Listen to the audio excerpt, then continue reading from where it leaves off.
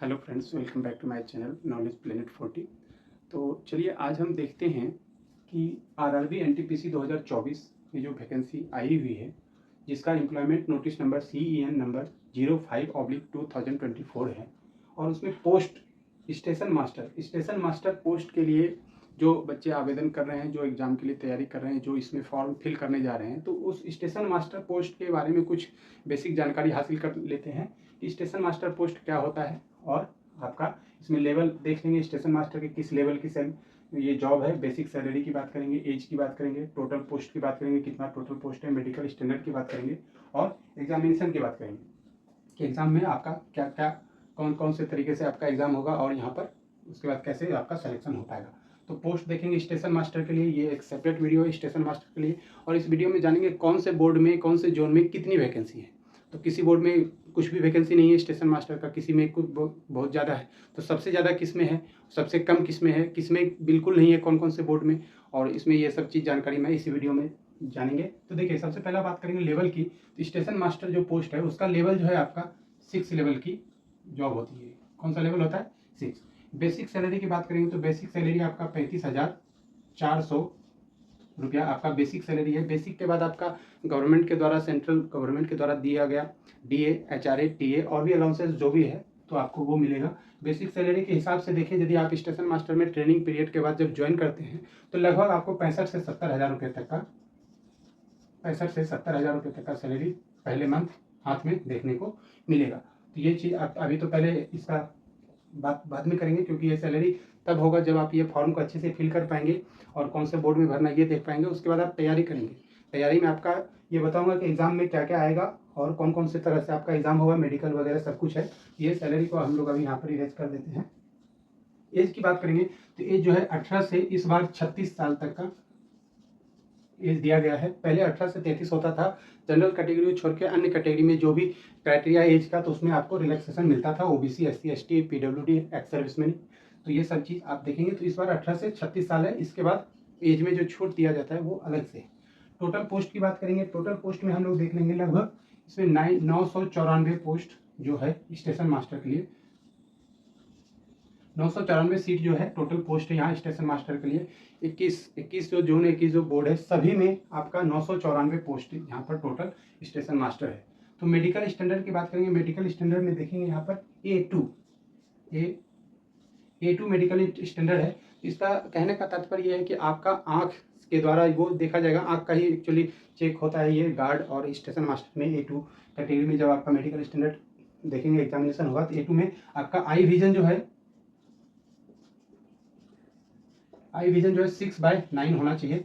ये चीज़ आप ध्यान रखेंगे। कोई भी आप स्टेशन मास्टर का पोस्ट के लिए अप्लाई कर रहे हैं, आपको यदि चश्मा लगा हुआ है या आपके आंख से कम दिखता है, कलर ब्लाइंडनेस या कोई भी दिक्कत है आंख में, तो आप यहाँ पर आई विजन आप चेक करवा लेंगे कोई भी आई स्पेशलिस्ट से जाके कि 6/9 है कि नहीं। आई विजन का बात होता है मेडिकल स्टैंडर्ड।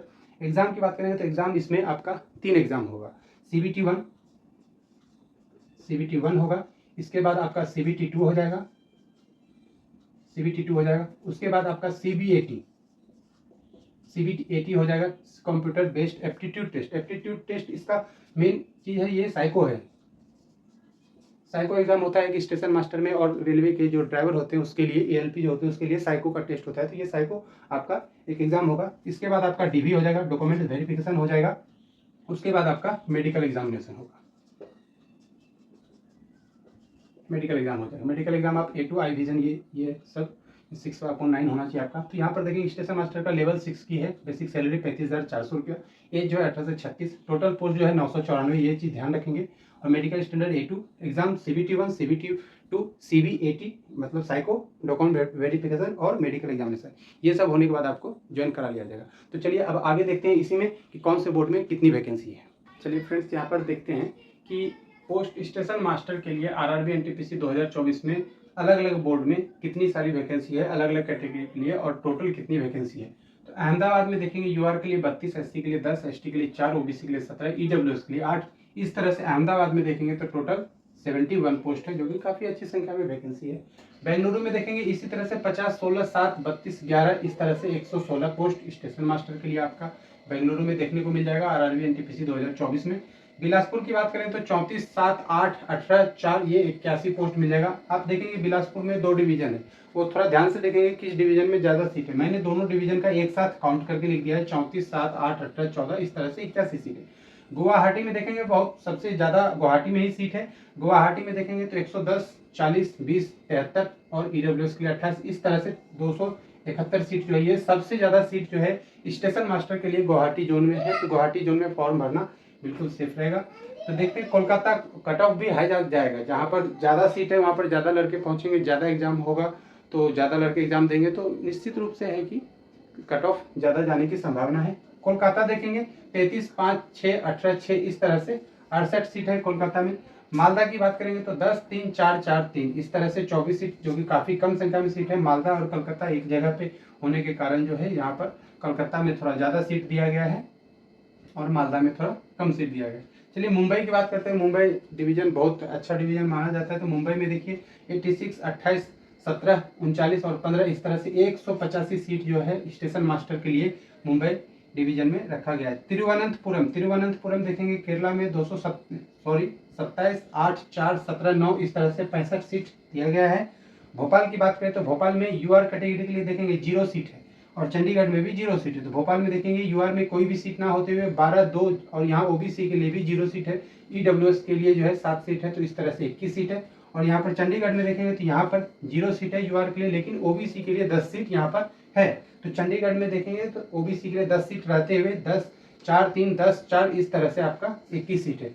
इसके अलावा भी और भी अन्य बोर्ड हैं जिसमें कि 10 से कम सीट है। एक जगह बोर्ड है जहाँ पर 11 सीट है, बाकी सब में 10 से भी कम सीट है। तो इसीलिए मैंने उसका नहीं लिखा है, क्योंकि 10 सीट में किसी में, जैसे यहाँ पर देखिए 21 सीट जब होने लगा तो यहाँ पर यूआर में नहीं है, तो यहाँ पर ओबीसी में नहीं है, तो किसी में होगा ईडब्ल्यूएस में नहीं है, तो वो लिख के कोई फायदा नहीं है, क्योंकि वहाँ पर सबके लिए ये एप्लीकेबल नहीं रहेगा।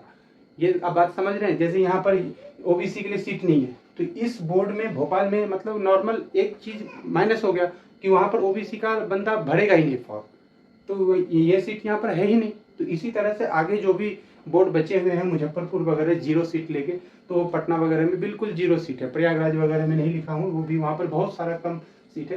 तो ये है पोस्ट प्रेफरेंस। देखेंगे आप पोस्ट का स्टेशन मास्टर अहमदाबाद में 71, बेंगलुरु में से 116 इस तरह से सबसे ज़्यादा सीट जो है गुवाहाटी जोन में आपको देखने को मिलेगा। उसके बाद आपको मिल जाएगा मुंबई जोन में मिल जाएगा, उसके बाद आपको मिल जाएगा बेंगलुरु में।